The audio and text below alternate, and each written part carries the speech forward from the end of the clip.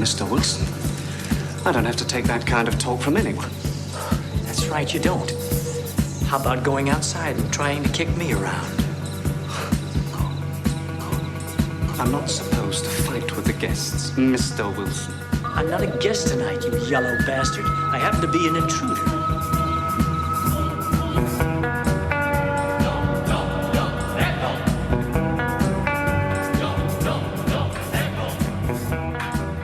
Hello, and welcome to The Good, the Pod, and the Ugly After Dark, a sexy film podcast where we talk essential filmographies of notable directors and actors each season, along with a number of specials. Often with sexy guests where we play Good Point Strip, where whenever someone makes a good point, they have to remove an article of clothing. It's coming all off, baby. FYI, Ken is the only one to ever get fully nude. Hey, I'm your co-host, Ken. And I'm your other co-host, Thomas. You may know us from our other podcast. What is going on? It's After Dark. Our other podcast, Mulching Tips After Dark. A podcast for rakes and hoes, as well as dementia and Medicaid tips after dark for the sexy children of seniors. And finally, what the hell? Didn't I just empty that? After Dark, a podcast for sexy adult children of seniors with colostomy bags. But what you're tuned into, dear listener, is The Good, the Pod, the Ugly. And here we pair two films per episode, do a deep dive on the backgrounds, and then talk about them. Ken, who are we talking about this season, and what films are we watching this week? Well, if you like sexy scarves, you are already a fan of Darren Aronofsky, and we have been doing a temporal pincer movement on all his movies. We started with Pi and the Whale, and we've moved inward to our finale of his films, which is a fucking beautiful pairing of The Wrestler and Black Swan. And we are joined by our favorite Aronofsky head, other than Thomas, Ryan, who also did our theme song. Hey, Ryan.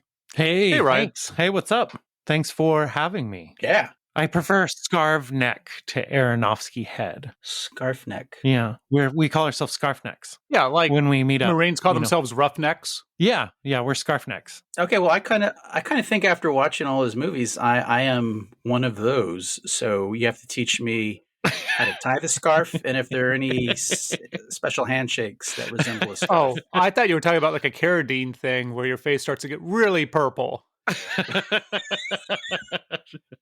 Jesus. Oh, that's what happens when you record at night, boys. Okay. Rest in peace, Bill. Michael Hutchins of NXS. I know, yeah. It's dangerous. Well, this week we're pairing The Wrestler and Black Swan. Talking first about The Wrestler this episode. Both of these films are basically 108 minutes long. Crazy, right? Oh, is that right? Yeah, both are shot in 16 millimeter, which is not that unusual for Aronofsky. Both have drugs in both movies, kind of par for the course. Both have a Clint Mansell score, of course. Both show Mark Margolis. Actually, we'll talk about that, but he's cut, I think, from the Black Swan. You could see him in the background during the fundraiser. But yeah, Mark Margolis, our favorite from Breaking Bad and Better Call Saul. And a lot of other Aronofskys. Oh, basically all of them up until Noah. Noah's his last one, as will be for Clint Mansell. Like, there's no Mother or The Whale for them. Oh, interesting. Yeah, both of these films, no writing credit for Aronofsky. And both, women dance for money. And both protagonists dance in public and bleed on stage and jump at the end of the movie. Both main characters wrestle, have a self-inflicted bloody hand injury, both vomit, both visit a hospital. Also, in both films, a crowd shouts our protagonist's name. They meet their fans at a fundraiser for money, and they pull an object that's like foreign object out of their back. Wow. And in both... And their stomach. You have the barbed wire and the glass. Yeah. And in both, you have a bird. Because in The Wrestler, his first name's Robin. Oh, that's true, huh? And these movies are bookends in Aronofsky's mind, right? Yeah, he actually, as we talk about The Wrestler 2008, same year as Pineapple Express, Mamma Mia and Doubt, Changeling and Gran Torino, and of course, our favorite, Indiana Jones and the Kingdom of the Crystal Skull. Wow, almost a great year. Almost. To Aronofsky's mind, when he was developing this, like when we first met with Princess Amidala to talk about her being in Black Swan as the ballerina, he was thinking that there would be a wrestler and a ballerina in the same film. Interesting. So whenever he met with Natalie Portman and was first initiating, talking about like getting her into a film, 10 years prior, I think 8 years prior to actually filming Black Swan, he had a thought that they would be both a wrestler and a ballet dancer. And I'm not sure if you had any further thoughts than that. Well, you can kind of see how Marissa Tomei's character could have been A ballerina? a different profession. Yeah. And the wrestler Sure. could have been at a different point in his career, maybe.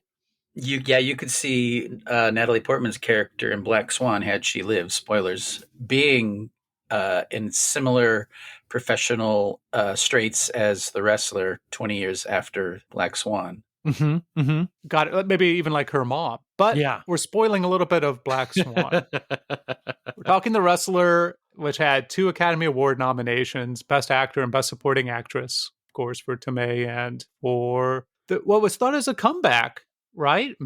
For Rourke. Yeah, it was. And then he did Iron Man 2 and just acted like he normally does. And that was the end of his comeback. And he had already been doing Robert Rodriguez films. Yeah, that's a tough one to come back from. Boosh. So this film has Aronofsky partnered again with Scott Franklin, who was his producer for the films up until The Fountain. It'd also be his producer for all films up until The Well. He won't be part of The Well. The other big absence in this film, aside from a lot of his crew, aside from Mark Magolius, is our favorite cinematographer. Maddie! Yeah.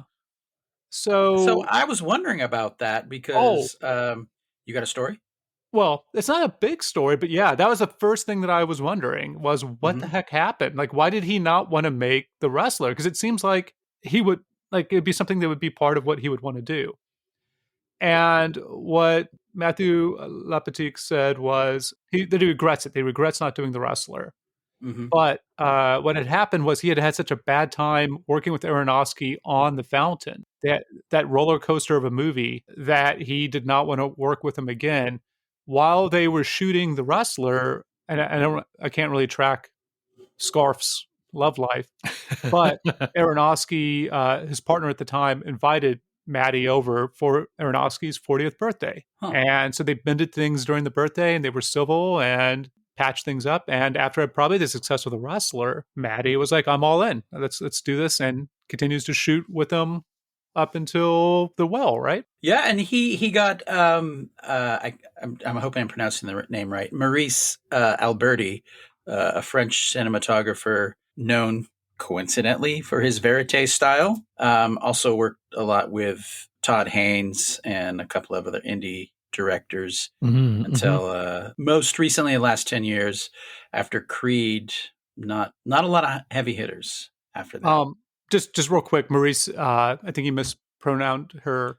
She's a female. Okay. I apologize. And known for doing a lot of sports documentaries. But yeah, it's really that verite style, which we see in The Wrestler, and we'll talk about maybe a little bit after the plot as to whether or not. Yeah, I mean, let's put a pin in that and talk about that more. I think her work is brilliant, but we'll talk about it in a bit. Yeah, we won't say any more about how we feel about it, which I love the filming of this. I don't want to spoil anything, but I think it's fucking great. Yeah, and we'll wait and talk about this is like a comeback film for not just Rourke, but Aronofsky himself, because he was kind of in this weird development phase, right? Where he it seemed like he pushed a lot of chips. I don't play poker, but like I'm guess going kind of like all in on The Fountain. It went for broke. Like it didn't do what he thought it was going to do. All the rewrites. I mean, he lost his friendship with Maddie. It seemed like at least his working relationship with him. That I think was and what's interesting is that was, I think, his big Hollywood play, right? He was going to have Brad Pitt. It was going to be a big production. Around the same time, he's working on that children's book adaptation that you mentioned last time, Ryan. He's working on Batman Year One and Ronin. He has an idea for Noah he really wants to do. He's doing the RoboCop. I think he's attached to RoboCop, the remake. Wow. He was right until Black Swan became his next movie. Yeah, he was close to making that, and completely different than the movie they ended up making. Yeah, that would have been an interesting, perhaps worthy remake. He would have brought something new to it. He has toyed with the big studio IP numerous times. I find it hilarious that he has been in the news recently because he's developing a quote unquote new thriller. And there was also a DC leaks. I don't know if you heard this, where one of the rumors was that Darren Aronofsky was developing a Plastic Man movie with Warner Brothers in DC. And there were three other rumors, and James Gunn, the head of the DC part shingle of Warner Brothers, said that three of the rumors are true and one of them is not. And he didn't specify. And at first I was like, Aronofsky's not making a Plastic Man movie. But then you think about Batman. Yeah. You think about RoboCop. You think about some of the playful tendencies, like in Noah, the go for broke nutso stuff.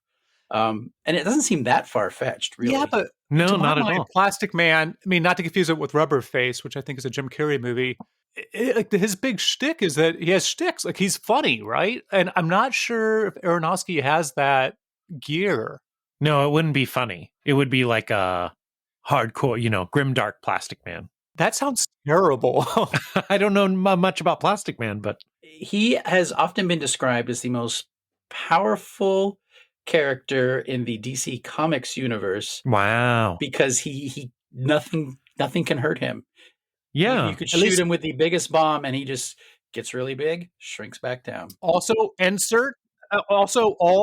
all insults bounce right off of him. And you should not be Glue Man.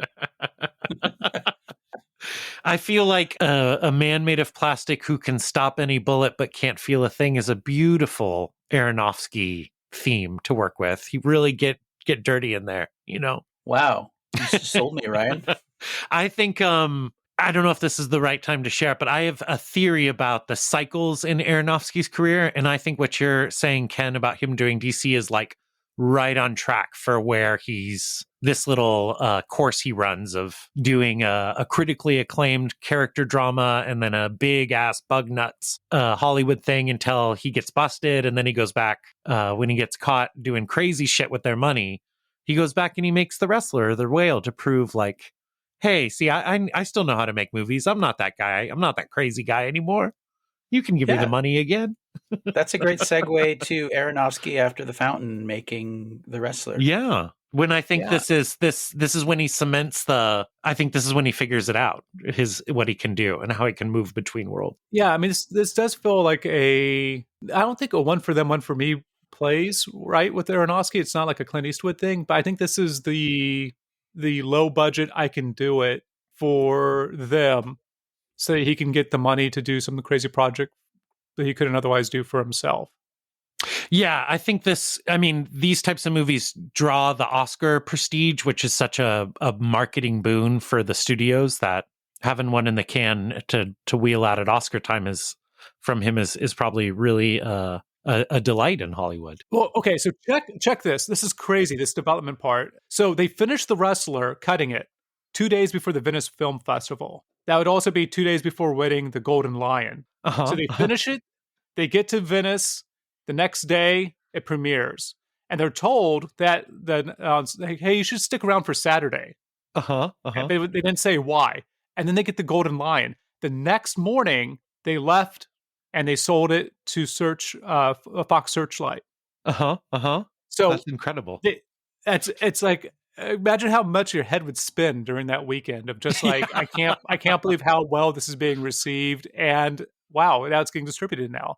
Yeah. Well, imagine being in an editing room for months, going over scene by scene, mixing the score, getting a final print, and you were just stuck in that editing room. And then a week later, from what you're saying, Thomas, they're basically accepting a giant golden lion that doesn't eat them as an award for a film festival. That is astonishing turnaround time. Yeah. Yeah. Wow. I mean, they were able to cut it right up into the end. Like, I'm working on a pretty big report right now, and I'm like, I don't know. I can't really see the light at the end of the tunnel. But yeah, they just to turn around that quickly is amazing. The other big contribution, so I guess you guys probably saw who they originally had attached to the film to play No. the wrestler.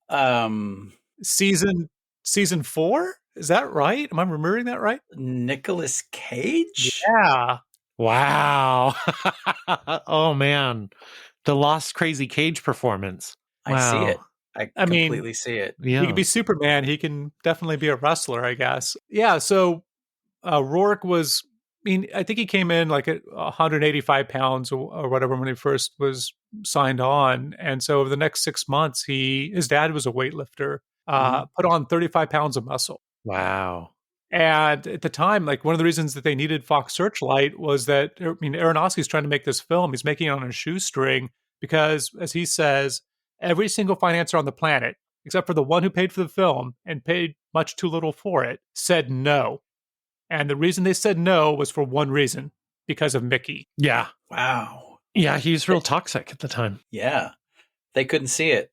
And they had no faith in Aronofsky at the time because in a lot of ways he hadn't become Aronofsky until this movie. Right.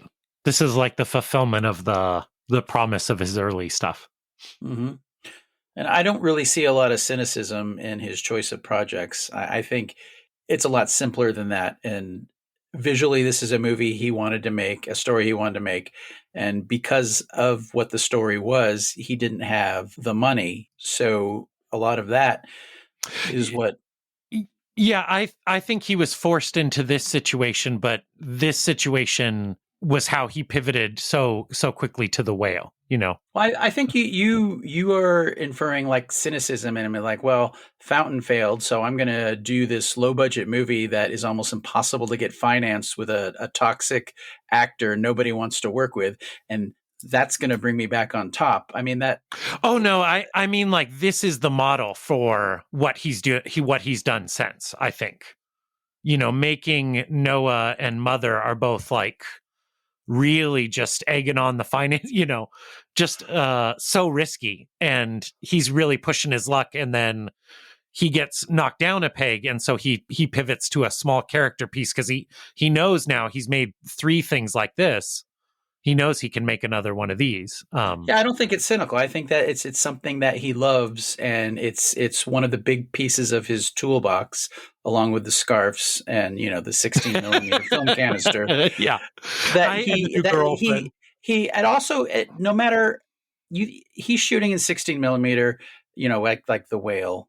In an era where almost nobody is using film, and he's using what for a lot of people is outdated because he loves the look. He loves the tactile grain that it gives him. He is just a total film nerd, and I think the idea of making these low budget movies is exciting to him. And I wish big budget directors would take a page out of his book and do something for $12-13 million. Do it on 16 millimeters, shoot handheld. Because it seems really invigorating for him. And I think he gets better in his big budget movies from having done these in the Black Swan and The Wrestler. Okay, I'm playing my co-host card right now and saying, we had to save something for our final episode, guys. Okay, sorry. Can I just say very quickly, Thomas? No. Okay, all right. Wait, kid, edit it out, whatever he says right now, and put something else funny over it. Will do. Okay. No, go for it, Ryan. Oh, I agree with everything pretty much that Ken just said, except I hate The Whale so much that I'm going to attribute cynicism without any proof towards, you know, just blatant slander that he made that movie cynically. That's Ooh, our epilogue is going to be pretty spicy. We might have to get into the ring, guys. Ooh, yeah. With glass, barbed wire. Yeah. Staples. Can we invite Yui Bowl? Maybe Jack will show back up if we get Yui Bowl in the ring. Oh, that would be great. Yeah. Just real quick on the background of the film as well. Like the deli scene was a day's shooting of just pure improvisation. I think it was a 40-day shoot schedule. When they were shooting Black Swan in the behind the scenes that you can get on the Blu-ray, they were talking about how the producer was talking about how he felt a little bit more alive because The Wrestler was such a terrible, low-budget, long shoot with so many exteriors and interiors on locations that he was really glad for for Black Swan, even though Black Swan was kind of like every day it was just completely stacked, the schedule to get it done. Yeah. It was also very low budget and chaotic. Exactly. But a lot more interiors, and they spent a lot of time in a big dance studio set. So yeah, fully heated, I'm sure. You would think. But one of the things with that low budget and having Rourke is that Mickey Rourke was able to call up. I don't know how you say this name. Is it Ixel Rose? Oh, Axel. You say it like Axel. Axel Rose. He was able to call up Axel Rose because what had happened was in the bar scene where he dances, he's like, oh, the song. He hated, apparently, according to Aronofsky, he hated hair music. He hated that glam rock. And so he's like, except for Guns N' Roses. He's like, I want to listen. I want to be able to sing Guns N' Roses here instead. So he called up Axl Rose, and Axl Rose was like, yeah, you could do it. But we had to get everybody in the band to sign on to be able to give you the right. And so they couldn't do it at the time. They record what's the song that they do there? Maybe Round Round? Oh, no, Sweet Child of Mine. Yeah. Okay, so yeah. So yeah, it's the Round Round. And then they're able to get the rights to Sweet Child of Mine while they're filming it, like that day. But they don't tell Rourke because they had already shot some of it and they wanted to keep going. And they didn't have that much money for new film. Yeah. So, and like setups and everything else. And so they let him know afterwards. And that's why they use Sweet Child of Mine as his entrance music at the end. Oh, that makes sense. Yeah. Which he was stoked about, being a boxer and coming into music with like a robe on. Hell yeah. So that helped with the energy level at the end of the shoot. It also works kind of thematically because Rat is kind of like the low budget version of Guns N' Roses, and he goes from slumming it in the club to his big stage, you know? That's a really good point. I also think Round and Round is top 5, one of the worst songs ever written. Wow. I mean, there's a lot of songs out there, kid. But it's one that I hate. Whenever I hear it, it's just like somebody stabbing a nail sharpener into my cheek. My aunt and her friends used to get ready to go out listening to Round and Round. So, well, we'll play it at your funeral just to piss you off. And if you're dead, you might come back. You know. Yep. Like if you're just feigning. If there are such things as an afterlife and ghosts, play that at my funeral, and if I don't come back to haunt your ass, you'll know there is no afterlife. Like Houdini, right? Like if anybody was going to like come back from the dead, it would have been him, right? Mm-hmm. Okay. Late night recording, guys. We can edit out the pauses. It's fine. This is going to go like gangbusters. Trust me. Do you want to do a synopsis, or do you want me to do a synopsis? Yeah. Well, how about you do a synopsis this time, Ken? I'll time you. We'll try and do it in about 60 seconds. How about that? Okay. Give me. Shoot. I have some. Shoot. I almost forgot. I have some audio before I do the synopsis. So this is audio of Darren Aronofsky introducing the film at the Venice Film Festival 1 week after he finished editing. And then it's followed up by a recently unearthed audio of Aronofsky and the head of Fox Searchlight pitching the movie.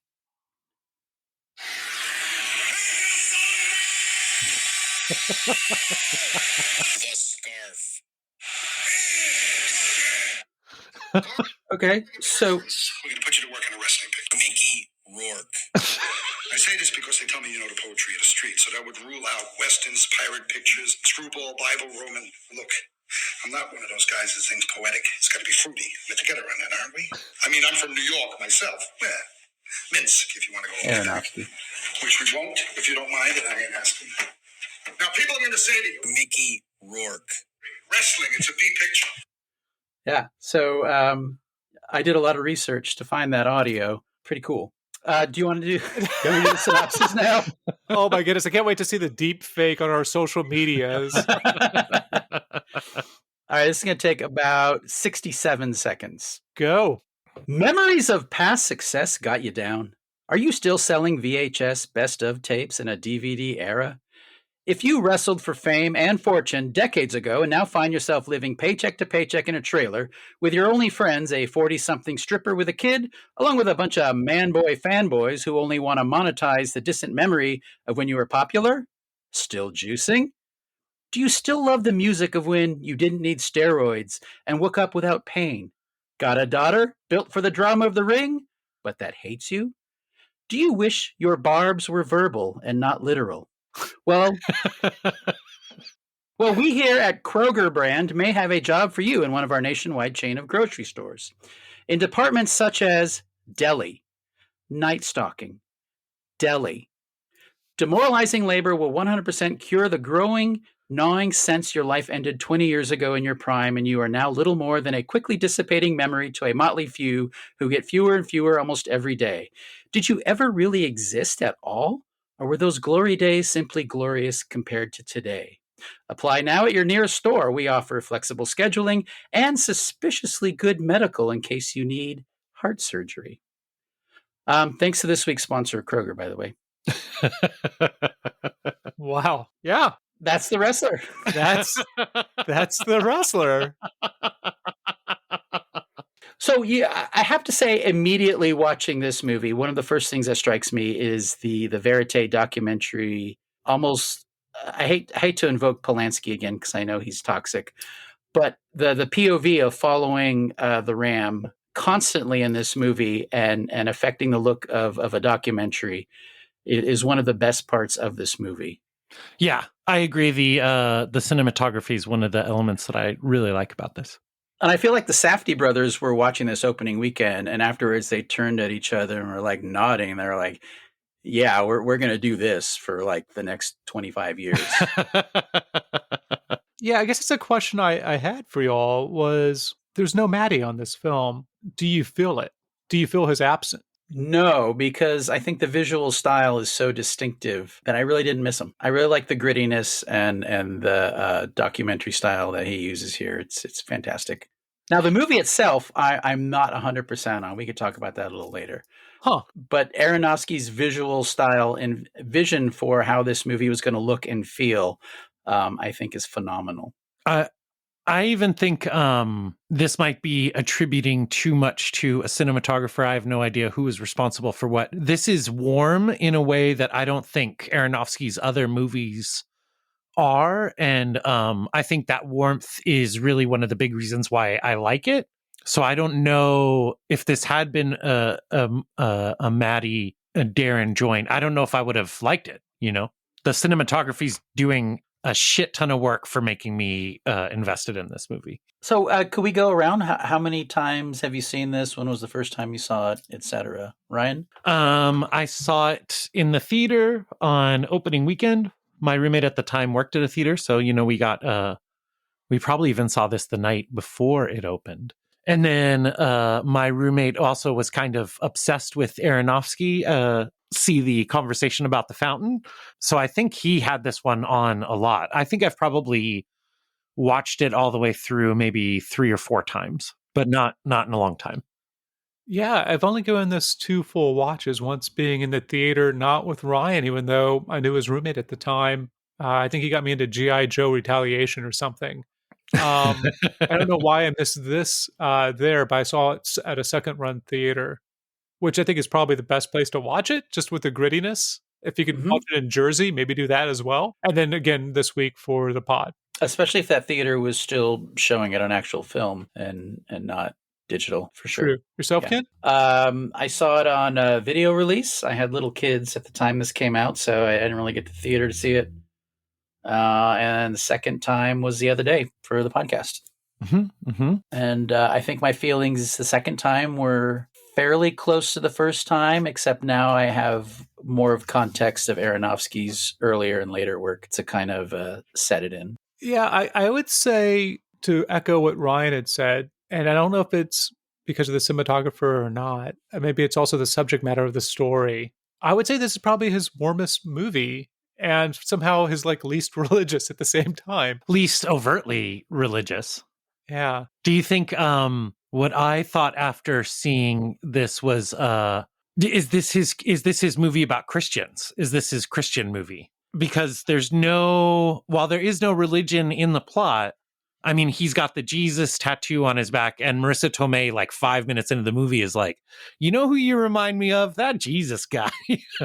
Well, and they say don't mention a better film in your film. And I think they're okay by mentioning Passion of the Christ. But yeah, I thought that was a very clever way for Aronofsky to get his very heavy, thematic pointer into the movie. Be like, oh, I'm talking about Passion of the Christ. That made so much money. They beat the shit out of that guy. Do you think there's heavy thematic work going on in this movie? Either of you? I do not. Yeah, I was not. I was only. It's a galaxy brain take, but I do kind of think that this is his movie about Christians, or I think you can make an argument to that effect. Well, I can't because I don't see it. So would you? Well, I mean, yes. Just start with, as I said, Marissa Tomei calls him like 5 minutes into the movie Jesus. He's got a Jesus tattoo on his back, and he sacrifices himself for the mob, for their salvation in his mind, I think. I don't know about in Aronofsky's mind. I think if it is a movie about Christianity, then it's got a lot of critique in there, because I don't think the wrestler is right in what he does. I think he's a very irresponsible fella. Wow. But maybe that's my own personal spin on things too. That's a hot take, Ryan. Which part? The part about him thinking he's sacrificing himself for them, for their entertainment. Yeah. I think he's just hooked on the juice of being a performer and a wrestler. He's never been able to break out of the cycle of seeing himself as that being what he is. And everything he does is towards trying to get back to that place where he's getting that juice that he got back, 20 years ago. Even if it's in dribs and drabs from selling VHS tapes to 40-year-old guys who still remember seeing him when he was big. Yeah, he's not a Kenny Powers. That's a whole different movie. It is. I don't understand that reference. Oh, it's a Danny McBride television series, and he listens to his own audio book, and it seems like it's voiceover at times in the show, but it's just him listening to himself talk. I think there's something interesting in this film, maybe unlike Black Swan, and we'll save that discussion for next week on Black Swan, but it comes close to funny games in a way, where question is like, would we want the story where he leaves wrestling as an audience? And I'm not sure that we would feel good about that. It would be, it's really hard to imagine that film where he decides to become a gym school teacher like Kenny Powers, or do something adjacent to actually wrestling. Well, I mean, he is a wrestler, and wrestling what he does. It's not called the Ram, it's called the Wrestler, because he is what he does, almost like a Michael Mann character. That is his character. And dying doing what you love, I mean, kind of ridiculous in the abstract, but literally in the film, that's what he's doing. And he is, I mean, I guess the question, and both of you are parents, I'm not, but it's like Spielberg looking back at Close Encounters of the Third Kind and saying, ooh, being a dad now, I wouldn't have my character just get on a plane and or get on a spacecraft and leave my family. It's kind of irresponsible. Mm-hmm. Do you have that same read here, where like it's his, if he does die at the end, which I think everybody reads it as such, is that final plunge selfish, like a selfish suicide? We might talk about this in our epilogue episode, but I think a lot of that is addressed in The Whale, actually. I think it is selfish, but I don't know what I'm like. If there is a point of view that Aronofsky's trying to get across, I'm not sure that he and I agree, or it's ambiguous to me. I don't know that I'm supposed what he wants me to think about the wrestler, but I feel like it's supposed to be a story about I think you're supposed to sympathize with him and pity him. Yeah, I would say so. Yeah, I think Aronofsky's doing a really hyper-specific character piece, and on that level, it's great. on like real world levels. I mean, the thing that bugged me the first time and that bugged me the other day is like, I don't need a subplot about an evil HMO not paying for his heart surgery, but how does he go to a hospital, have open heart surgery, and there's no mention of who's paying for it? Kroger's not paying for it. Right. Wow. So that ruins the film for you. I can't watch the television show Friends because I don't know how they're affording that apartment in Manhattan. Thomas, that's not at all fair because Friends is not portraying itself as a gritty slice of realism. And this is, I agree with you, Ken. And my problem with Aronofsky's character pieces is I don't believe he's actually, they do not ring as genuine people to me. They don't ring true as real humans. They're interesting stories to varying degrees, but The Wrestler does not feel like a person. It feels like it's Aronofsky's idea of what a real person lives like, but it's not at all based in reality, I don't think. I'm going to go to one of the notes I wrote while watching the movie. And Ryan, I think I agree with you. It was about Fat City, the movie Fat City, the John Huston movie with Stacy Keach. Uh-huh. Also about a boxer, in this case, past his prime, trying to get back to it. He doesn't have a daughter, but he also has kind of a fractured relationship with a woman he meets in a bar. And in Huston's directing of it, no matter how pitiful the characters' lives may be, you never once think that Huston doesn't love these characters. Right. He literally loves them, despite how tragic they might be in their small lives. And the difference between that and Aronofsky is I never feel once that Aronofsky loves the Ram or loves Marissa Tomei as characters. And I think that's the distance in the movie that keeps me from thinking I love this movie instead of hugely admire it technically. Yeah, I agree. It does hit for me, but not, I don't think, in the way intended. Yeah, that's interesting because what you're saying there, Ken, I think I agree with you. I could definitely see the tonal shift or the difference between Fat City, which we covered on the podcast, and this film. But I'm not sure what it is, like why that is, like what's lacking in it, what those, because there's plenty of character beats, right? Like there's him waking up in like I just rewatched today because I was trying to figure out how, in a similar way of like, oh, how does he pay for the heart surgery? How does he miss his daughter's dinner with his daughter? Like, did he sleep all day? And the answer is yes. But when he wakes up in the, like after partying with the other wrestlers and goes home with that woman that he has sex with in the bar, and he's dressed up in firefighter boots and her firefighter decor room, and then opens. It's amazing. It's amazing. And he lifts the he's like, what is this? It's like something that's covered with a blanket, and it's a crate, and inside the crate is what, like a ferret or something. Yeah. And he like sneaks out. There's a beat there afterwards when he gets back to his trailer, when the Ram gets back to his trailer. It's a great Rourke moment where he like is putting himself to bed, and he kind of like smiles to himself in this like really genuine way that you feel like, for me, it was close to a Fat City moment. Mm-hmm. But there's I'll grant you that. But there's something technical about the film that I think keeps it aloof. And there might be things like the flashbacks for during the second big fight that we see where he's getting staples in him right before he has his heart attack. I think that is great technically, and it's great. But I think what Aronofsky shoots for in those moments is the pain. Yeah. Like, is the discomfort. And I think that having that discomfort and having that pain is a visceral reaction that he instills in the audience in a lot of his films, especially Requiem, that we can't have both. It's either one or the other. And I would agree that, yeah, Fat City, it definitely feels like that. Everything I love about like good 70s cinema that is really hard to recapture. People have a difficult time recapturing in the decades since. Yeah, there's a distance Aronofsky has in most of this movie from him that kind of keeps us away. Yeah.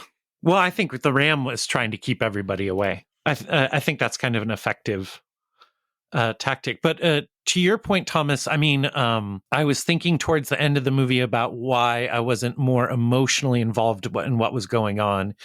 And I noticed that the dialogue shares, like, every character shares details about their life, like, oh, I have a son, and you meet the son, Marissa Tomei's son, etc. But you don't, there's no depth to any of those. You don't, besides when Ram fucks the firefighter groupie, and when he's playing with the kids at the beginning, you don't really get scenes where he's sitting with someone and just talking about their lives in a way that isn't just there to divulge backstory. You know, whenever he's sitting with someone, they're always talking about things he's done or things they've done, but it's never just I would agree. Yeah, I think that it's not foregrounded, but I would say that his time with his daughter seems to be pretty genuine, and his moment of realization whenever he's at the conference selling his VHS tapes and he looks around, there's a guy with the colonoscopy bag and other people, like, and then there's just no dialogue. It's just him like recognizing where he is in his life. I think that those moments get outside of like the dramaturgy of this is my backstory and this is why things matter to me. Feel for me. I agree. And again, that's why I love the cinematography so much, because I do think what the dialogue is not giving you, the shots and the editing really are. I think you really feel the Ram a lot more than you understand, like, him intellectually, you know. Yeah, you know what? I just had a thought, and I want to explore it with you guys to continue on this theme. So, Fat City opens with the dude getting ready in the morning, right, Ken? It's just like this slow over maybe a Simon Garfunkel song or something. Oh no, Chris. Yeah, help me make it through the night. Thank you. Okay, and it's just like this slow, like somebody like waking up, going to change their life, going outside, stretching, and it's just nice and slow and with the character.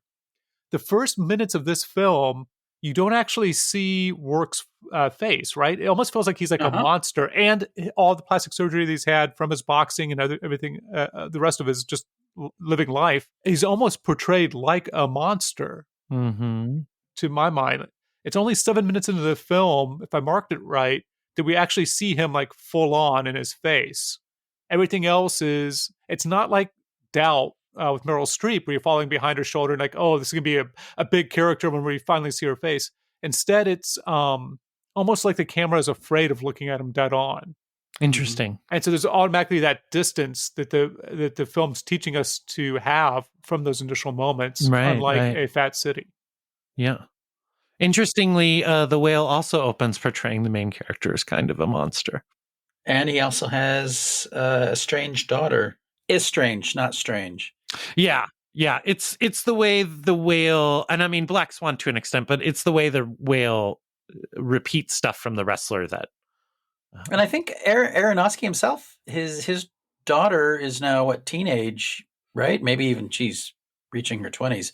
I think looking back on this and the relationship with Rourke and Evan Rachel Wood, who she's great in a lot of things, but she is just so overdramatic here and unbelievable. It's almost like a record scratch every time, other than when they're in the old disused ballroom, which is very symbolic.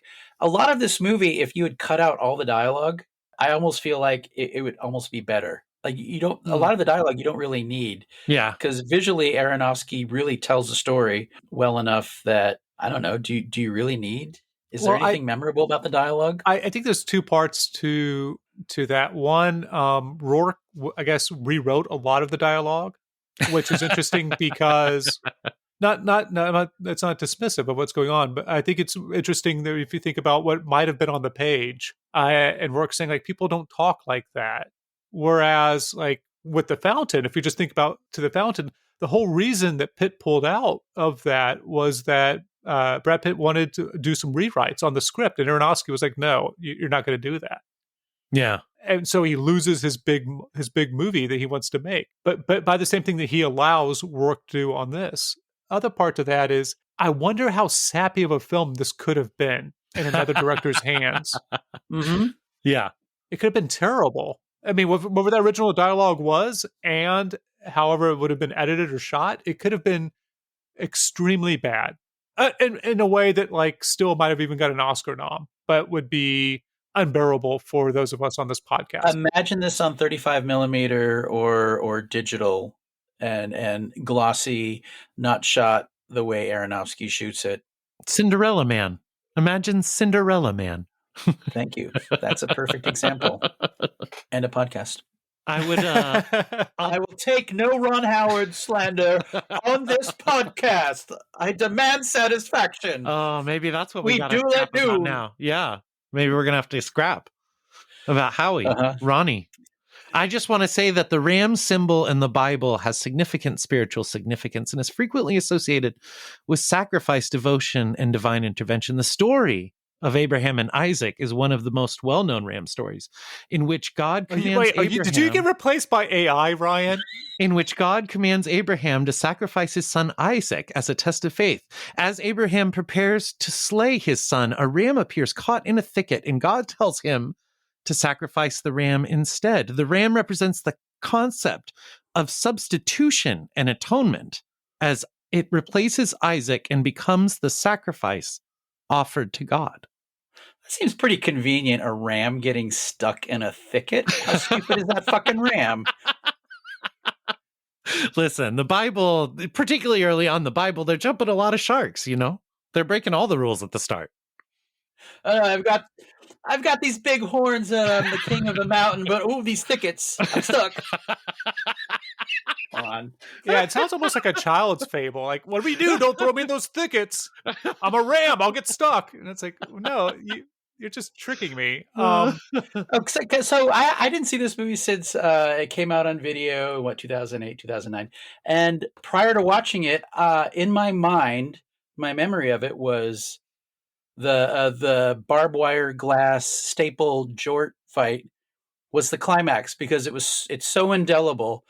Thomas, you mentioned that it happens in flashback where we see him afterwards and then it goes 14 minutes earlier. Aronofsky's ability to make us feel the pain that is occurring on screen is remarkable. I don't know to what end, but certainly the most memorable part of the movie. Yeah, and he also uses a great soundscape as well for that final fight, right? Like, so the final fight isn't a bloody fight between him and, unfortunately, the Ayatollah. Instead, it's using his tricks with sound distortion to have the audience feel the pain, the ram's failing heart. Oh, Ryan, I interrupted you multiple times. No, that's okay. I don't remember what I was going to say, but I liked what you said. Oh, I you know what, as a film goer and maybe as a writer, I don't know. I miss this pre-smartphone era where the phones are shitty. There's phone booths. Communicating with people is not as simple. I don't know. It made me feel like an old man. It's like, I miss it back then. You just need a quarter and you could call someone, but you're not carrying around. If you want to feel old, watch Misery. You're like, oh man, I wish I had a typewriter still so I could burn my manuscript and it's gone forever.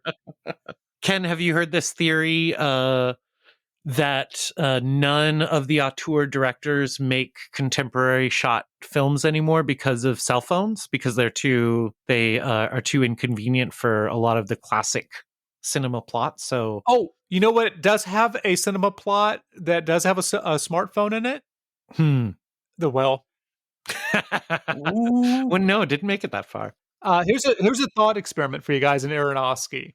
If The Fountain, and this could probably is a layup for you, Ryan. If The Fountain wasn't a flop, if you got Brad Pitt, he was able to make his film. I don't know what it would be similar to, let's say, it wouldn't be the success of Gladiator, but maybe like Robin Hood or something. So if he makes The Fountain and it doesn't flop, does he make this movie? No. I think he's a different filmmaker because watching all these movies, having these two in the middle is great because I think these two, The Wrestler formatively, and we'll talk about next week with Black Swan, I think he kind of figures it out and everything kind of comes together in a way that almost comes together in The Wrestler. And I think his subsequent films, for me anyway, kind of bear that out. I don't think he was mature enough as a storyteller and a filmmaker in The Fountain to pull it off, whether he had twice the budget and Brad Pitt or not. Yeah, and I also think he wasn't a very, I guess to echo what you're saying, Ken, he didn't have a reason to be in the marketplace before the wrestler in Black Swan. Like if you were talking about him as a director, it was like he was edgy and he was making stuff that was really pushing the limits of editing or cinematography and all these technical things. But he's not like the director who will get you a best screenplay and best actor nomination, or the director who can open a $150 million picture. And with the wrestler in Black Swan, he proves he can do the former. Now you can, if you hire him for a low budget movie, you're going to get Oscars out of it and prestige and stuff. But what about Requiem and Bornstein? I mean, I think that, that film, I agree with both of you. It's interesting to think in an alternate universe where Aronofsky is not making any more films, is only making Marvel or DC films because of the success of The Fountain. Wow. And so in many ways, like, I'm kind of glad The Fountain exists. Me too. In that context, 100% agree with that, because I think he wanted to be Kubrick before The Fountain. I think that's what he was trying to say. I think that's what a lot of contemporary directors set out to do. Well, I think each movie he sets out to do different things, but something particularly with Requiem and The Wrestler, and maybe in The Fountain, that he wants that people feel something emotional that's not pain or anger or sadness, but he wants them to feel real emotion like sadness. I really don't think he achieves that. Sorry, Ryan, until The Whale. Spoiler for our finale. But I think that every time he makes a movie, reading interviews with him and watching the interviews on YouTube, there's a genuine part of him that's just gleeful with some of these movies, that he just wants to make a really cool looking, visceral, verite style story about a wrestler. Almost, it could be black and white from 1950. It could be one of those tragedies that they used to do in Hollywood all the time in the 40s and 50s. About a character just like that. And he's just really excited, and it gets his brain percolating, and he's visually, I think he is visually one of the great directors of his generation. And sometimes maybe he has too many ideas popping around, and they get corrupted by too many ideas that aren't visually oriented. And I think for these two movies that we're talking about in this pairing, that he just wanted to do something on one level that's kind of cool. And he wanted people to feel a certain way. And I don't think it's as complicated as The Fountain or Noah or Mother thematically. And I think on a lot of levels, he achieves it with both movies. And maybe particularly with the next one, it kind of elevates him a little bit. Where there's a fun part about him, that his movies aren't necessarily fun. They make you want to kill yourself. But there's something behind the camera that he's just so excited about making the movie and making it cool and making it something that you maybe haven't seen before, that I really appreciate about him. That was great, Ken. And that is why I love his big gonzo failures so much. And that you've actually just distilled what I can never figure out. Because my favorite kind of movie is like The Apocalypse Now or the 2001, the big acclaimed masterwork, but it's also Cats, and it's also like just total disasters on screen. But the thing that they all have in common is that enthusiasm that you're talking about, that you see in Aronofsky. I'm gonna let my freak flag fly, and I'm gonna show you all sorts of stuff that nobody's ever tried before. And for me, whether it works or it doesn't, it's a success, just because they're out there going commando. I think there's a bootstrap, low budget ness to The Wrestler and Black Swan that is very endearing, because it's like a whole group of people. They're working for minimum, and it's everybody's like on board making his vision, no matter what it takes, no matter how little money they have. And the excitement comes off the screen, even if I don't think The Wrestler overall makes me feel much other than, pain or excitement the way it's made. But there's an enthusiasm behind it that I don't think he gets enough recognition for. Yeah, I agree. I guess as we start, a little bit, I started to daydream towards which is dangerous if I'm listening to the podcast while it's actively going on and I'm supposed to be responding. Imagine what our listener is going to be doing, maybe driving a car, or flying a plane, diffusing a bomb. I mean, he or she or they could possibly snooze and destroy many lives. So wake up! Or sleep through dinner with their daughter. I think that Aronofsky, because of what you were talking about, Ken, especially early in his career, and I wonder we'll probably have to put a pin in this and come back to it. Evan Rachel Wood, she wanted to do this film with Aronofsky because she liked Requiem. Mm-hmm. There's definitely a cachet that he has, at least in his first half of his filmography, that he can get people because they really respect his work and can ignore things like The Fountain. I think that's even more so now. Don't you? Well, don't you think anybody would want to work with him now? Stay tuned in 2 weeks for the thrilling response. Okay. Fine, 2 weeks. One of the great things, and this is in one of the articles or books I read on Aronofsky, the writer was talking about the great pairing of hair rock and glam rock with the performative nature of it and the tights and the understanding that kind of it's somewhat fake in some ways. It's not real. It's not like death metal or hardcore Norwegian black metal. It's this weird in between performative arena type thing and wrestling, professional wrestling, and how that the marriage of that soundtrack and that aesthetic works really well for the film. Yeah, that's fascinating, Thomas, because they're both kind of playing with gender roles in interesting ways, because glam metal, is influenced by Bowie and British glam rock, but all those original glam rockers were queer. And so that's why they felt okay wearing makeup and teasing their hair and stuff. Whereas the glam rockers of the 80s were, in perms and makeup, but also all the songs are about how butch they are and how many women they're going to make sex with. Whereas wrestlers, also very macho, but they also wear tights and do their hair and they hug other men for money and, Oh, man. Do we need to recuse any of ourselves? This is way too late in the podcast to do it. Maybe we just edit everything out, Ken, if this is the case. But are any of us wrestling fans and maybe biasing our reception of the film? I in a past life, Thomas, I was a wrestling fan, and I don't think that biases me. If anything, it biases me towards the film, because I think this movie has been rightfully praised for its realistic depiction of a post-professional wrestler's life. I have long been fascinated by the idea of professional wrestling, but I find actually watching it tedious and depressing, much like pornography. I like pornography more than you do, but I do feel about wrestling kind of the way you do.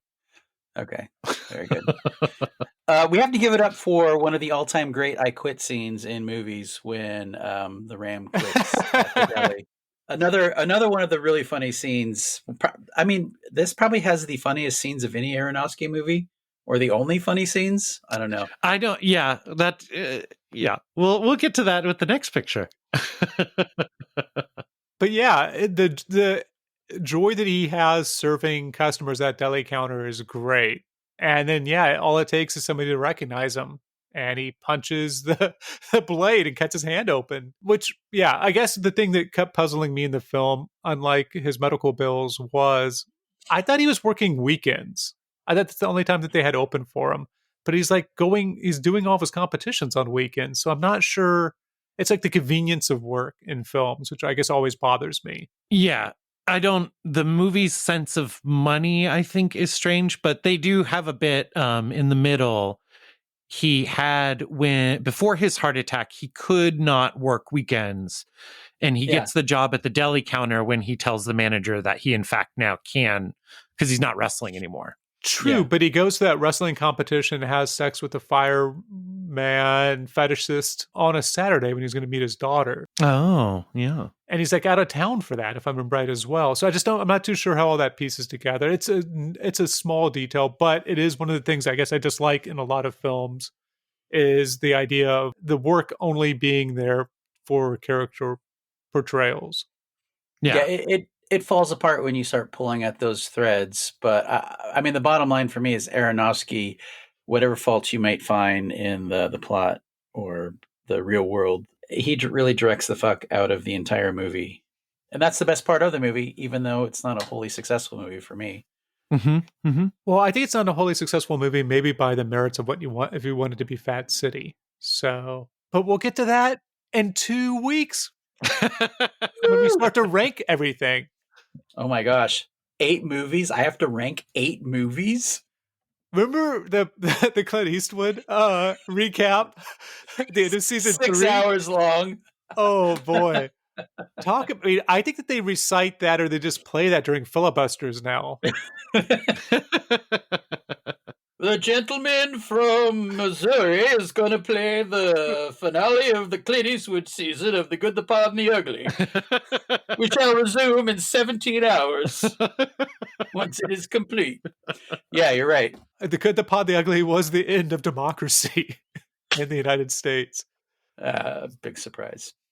Is that it? Well, is that is that chapter 4, part 1? Yeah. Of the Aronofsky season? Shit, we're near the end, boys. Yeah. Well, you should join us for part 2, where we talk the episode. What am I saying? We're also going to record at night for that one. We don't record these on the set in the same session, but you can hear next week our part 2 when we talk the Black Swan or just Black Swan. Mm-hmm. And finish out chapter 4. And that's the last Aronofsky movie we'll be talking about before the finale. So we'd like to thank Weird AI, Ryan, for the theme song. Yeah, it's a good one. It's great. Thank you, Ryan. Yeah, you're welcome. Of course, you can follow us on the social medias, including Facebook, X, XXX, Ladders, Ropes, Turnbuckle, Ric Flair, The Giant, Meta, Tag, Body Slam, NWO, Bushwhackers, Chairs, Squeak, and our homepage. If you want to follow us, go to WWE Ken Floral & Tominator at geocities.netscape.edu. Good point, Thomas. Take off an article of clothes. Thanks, guys. See you for Black Swan. Yes. I'm going to scarf down a slice of pizza real quick. Is that going to be the new ending of our pod? Me eating pizza? That makes us flash gorgeous. Flash gorgeous. I'm not talking at you. I'm talking to you. Flash gorgeous. I don't want to hear about you. I want to hear from you. It's 10-4. 10-4, buddies. Destroy. Kill all hippies. I don't hate it. I just don't know why you're straight from the formula. You bastards. You don't know it, Bob. I'm an artist. And I must reflect that in my writing.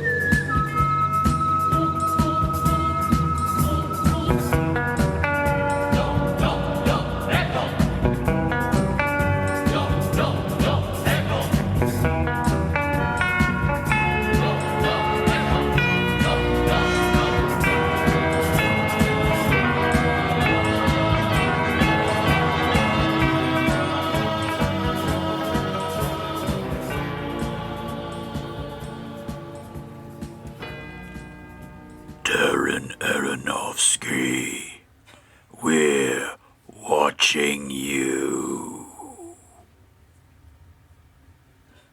That's cinema, baby.